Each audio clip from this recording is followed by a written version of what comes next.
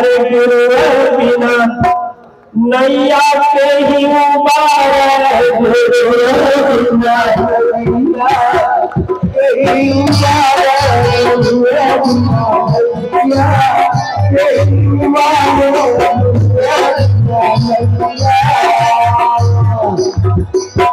अरे सबके तो गुरुवार मानो सरिया, सबके तो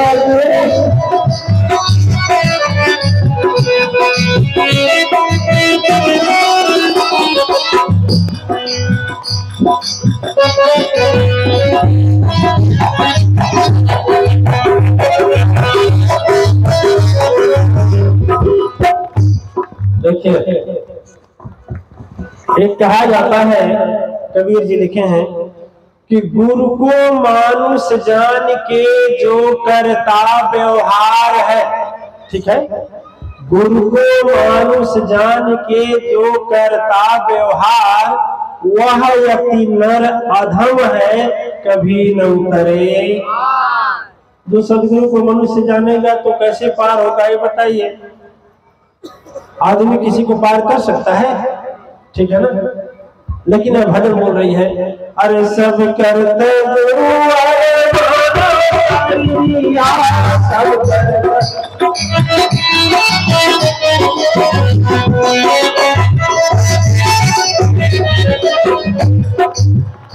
अरे गुरु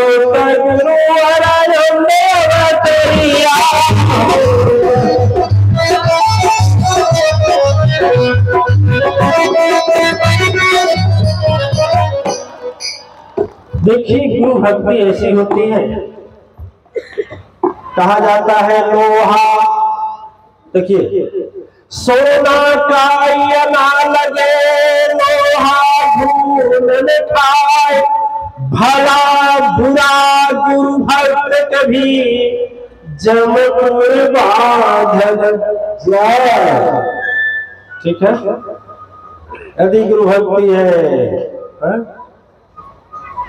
एक भजन आप लोग भी गाते हैं, यह पुरंदर जी महाराज लिखे हैं, करे गुरु भक्ति में इतना बसती, देखिए, अरे गुरु भक्ति में इतना बसती, मैया कैलाश नहीं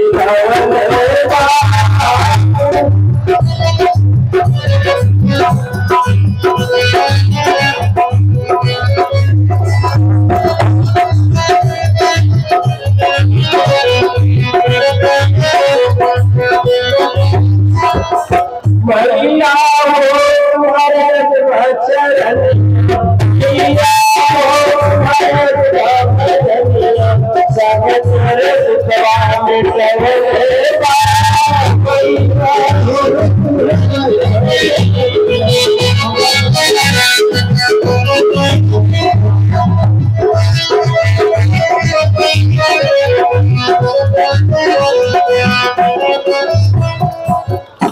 बहुत शक्ति है दिव्य आत्माएं, प्रार्थना में बहुत शक्ति है, भजन में, सुमिरन में। आज से संकल्प ले लीजिए और कल से शुरू करिए। कठोर से कठोर, भयंकर से भयंकर भी पीड़ा और कष्ट को दूर करती है। एक बेटी गई थी हमारे पास आज, एक बेटी गई थी, आप लोग बैठे साथ, एक बेटी गई थी, पता नहीं इधर है क्या, देख नहीं रही है, कद कोई बेटी है, देखिए इतना भयंकर दर्द है था गुरुजी, और वो जल्दी ऑपरेशन कराओ, दवा नहीं लिखेंगे। तो हम सोचे कि चल ना जगिया में कलशवा धर के चलाए, तब तो आज जब से धर कर आए तब से देखिए हंस रही है, खुश।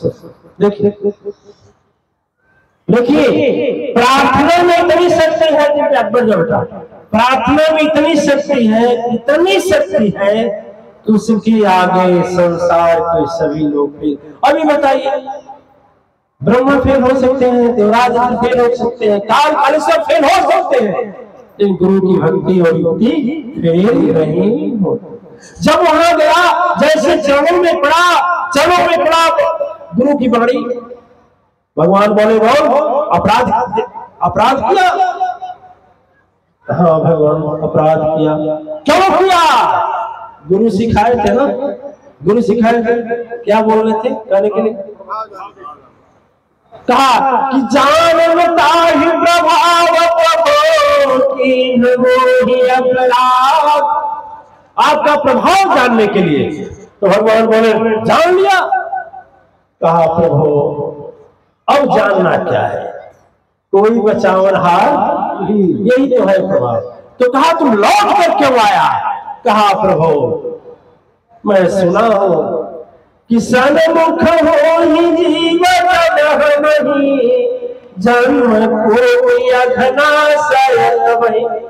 हम स्वभाव जानने सुने कि आपके सामने तो एक बार आ जाता है, एक नहीं करोड़ जन्म का अपराध है क्षमा हो जाता है।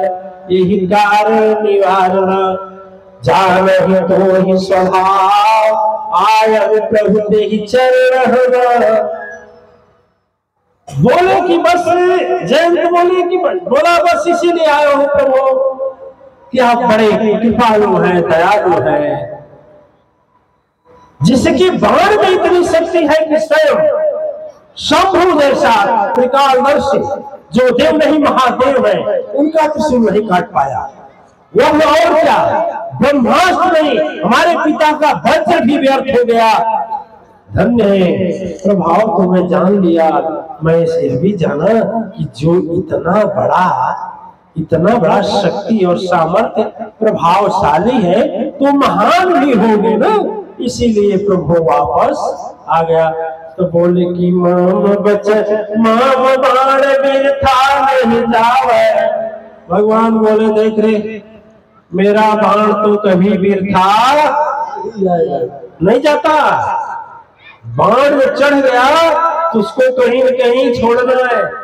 अच्छा आप लोग देखे होंगे कुछ लोग बोलते हैं भाषा, यदि डॉक्टर चाहे वैद्य बोलते हैं तो कहते हैं ले जाओ दवा रामबाण है। सुने सुने कहावत रामबाण है मैंने निष्फल नहीं होगा। भगवान बोले बोल इस जब से मैं रामा अवतार धारण किया हूं हमारा बाण कभी निष्फल नहीं गया। इस बाण का क्या करूं? कहे बस नाथ अब हम क्या करें? इससे अच्छा एक है कि गलती इस आंख की है और मां का हमें हार नहीं देखा गया, एक आंखिए को गायब करते थे। तो भगवान क्या किए कागा के एक आंख को गायब। कावे के पास एक आंख है, सुनेंगे वही दर्शन करता है। एक आंख वाला कौन है?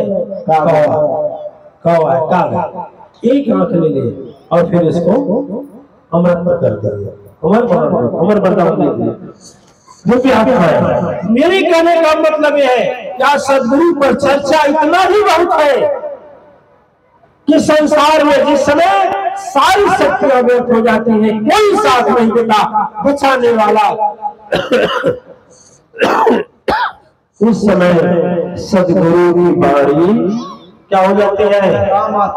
सहायक हो जाती है, बचा लेती है, सब अवगुण और पाप को समाप्त कर देती है सदगुरु। देखिए एक हमें बात याद आ गया सदगुरु पर।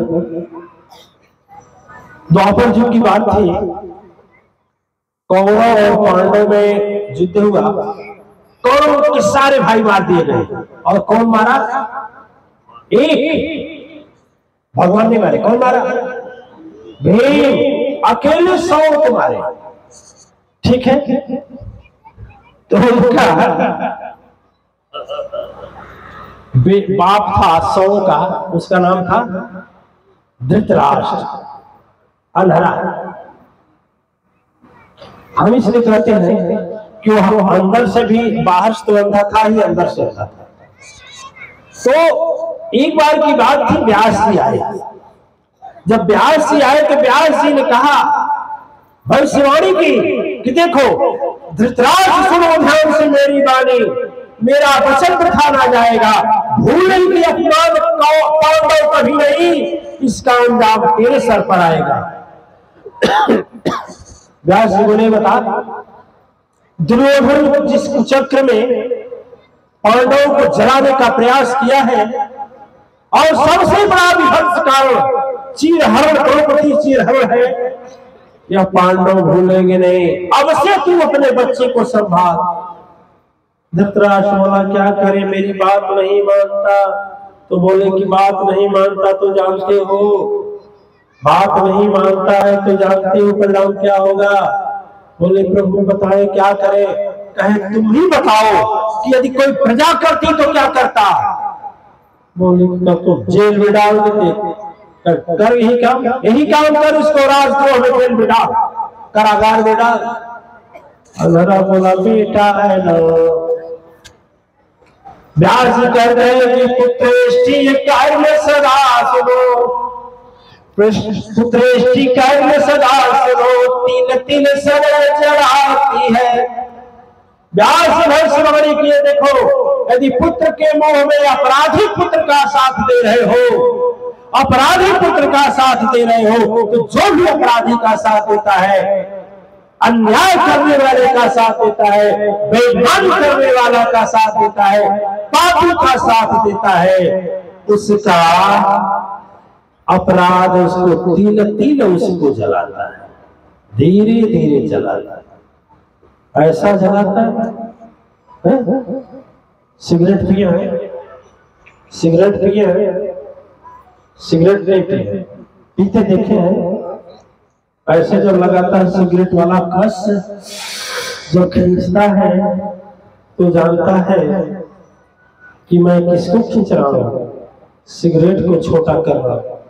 लेकिन जब बाहर फूंक निकालता है तो फूंक बोलता है तो सिगरेट को नहीं छोटा कर रहा है, तुम अपने उम्र को छोटा कर रहा है। सिगरेट का धुआं बोलता है कि तू बाहर कर रहा है ना, तो तू मुझको नहीं छोटा कर रहा है, तू अपने आप छोटा हो रहा है। दिव्य आत्माएं, दिव्य आत्माएं जान लीजिए, जब अपराधी का साथ कोई देता है तो बिना कारण से अपराध की सजा का प्रतिफल उसके सर पर आ जाता है, इसलिए तिल तिल जलाता है। व्यास जी बोले देखो,